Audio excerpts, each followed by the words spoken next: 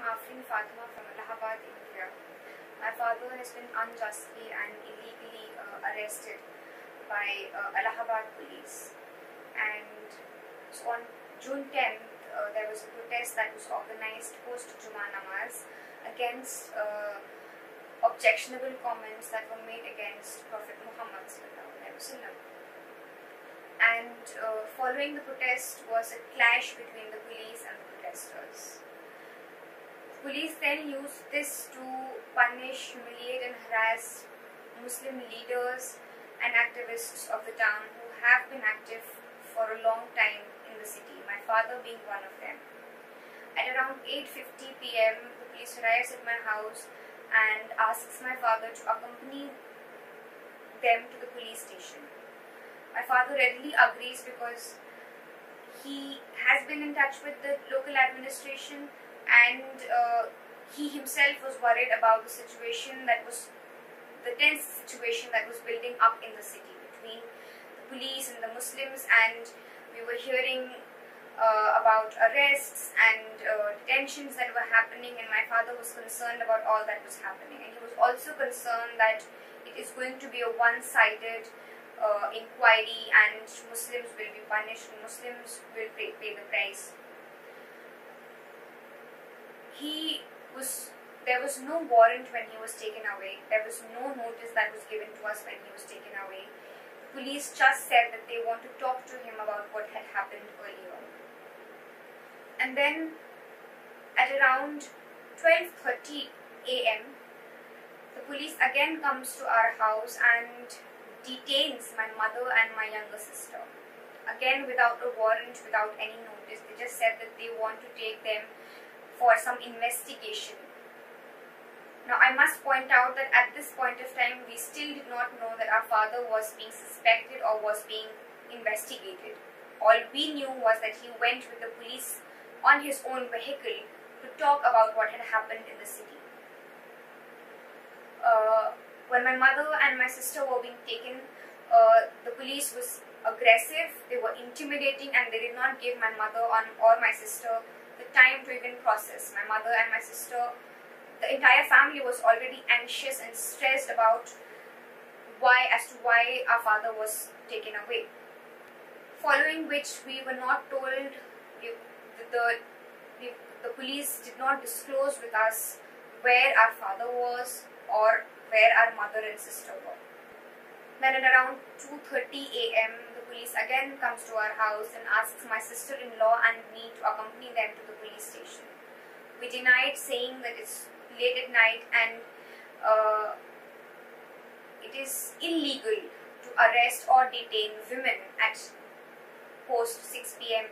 And there's, in fact, the detention of my mother and my sister was illegal because to detain females for any inquiry or any investigation, the police first has to get a written permission from the magistrate before detaining them, which was never done. When we denied that we will not be going, the police then started intimidating us into leaving our house, into vacating our house. They said that they wanted to seal our house and they wanted to lock our house from outside. We resisted and said that we will not be leaving our house. I must again point out, until this time also, we do not know where my father was or where my mother and sister were. The police stayed outside of our house until 11 a.m. the next morning and continuously pestered us and intimidated us to leave our house, to vacate our house. They did not give us a reason why, they did not tell us anything, and again, we still did not know where my father was or where my sister were. We tried to send family members to take my father's medicine to the police station, whichever police station he was in, and also my mother's medication to whichever police station she was in. The lawyers were also not allowed to meet them, and it was just a very tense and anxious situation for everyone. We did not know what was happening. We did not know that my father was being framed as the mastermind of the violence, of the clash that broke out post-protests. Then at around, I think, 11 a.m. on 11th of June, we we got to know that my father was called the mastermind, and that he was one of the prime suspects, and that he was arrested. And this too we did not get to know from the police. We got to know this from sensational headlines of right-wing media channels. Again, the entire day, 11th of June, we had no idea where my mother and sister were taken to, which police station, what the police was doing with them. But then at around 8 p.m. on 11th of June, we got a call from my mother, who in a very distressed and hurried voice asked us to leave the house, to vacate the house, because the police said that they wanted to demolish our house. We were not served any notice until then. It was only at 11 p.m. at night when the police pasted a notice in front of on the main gate of our house, saying that we must vacate our house by 11 a.m. the next morning, and the police will, the development authorities will then come and demolish our house, citing that it was an illegal construction. We had never been given any notice prior to this particular notice, and in fact even this notice was never given to us. It was just pasted on our door. We had been paying our house tax, our water taxes, and all other our electricity bills.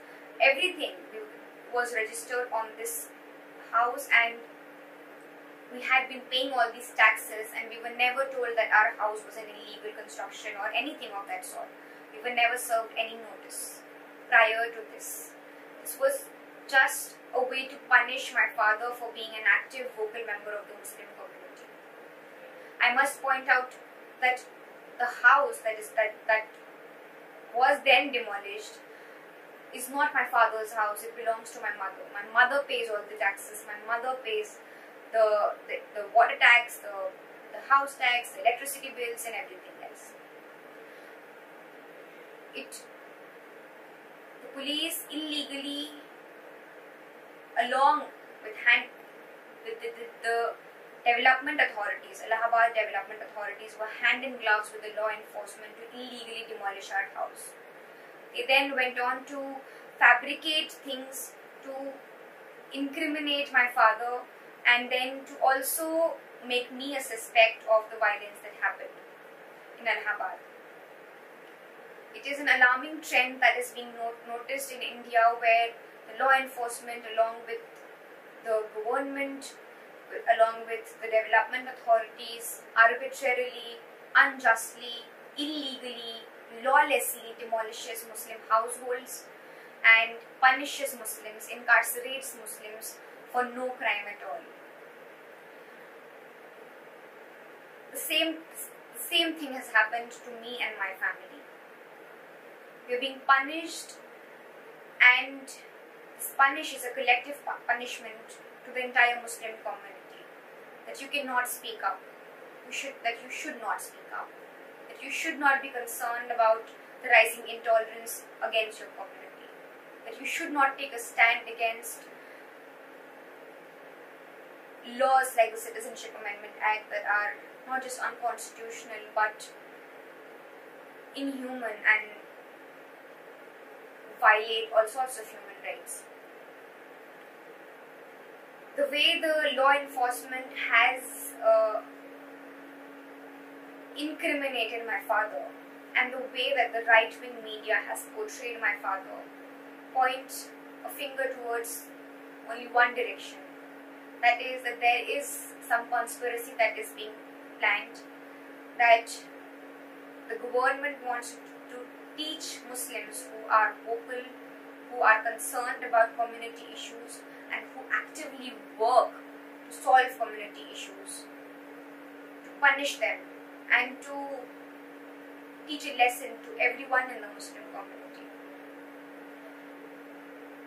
I urge everyone to not just speak up about this, but to hold authorities and law enforcement and governments accountable for the arbitrary and lawless power that they exercise over Muslim bodies, Muslim houses, and Muslim lives.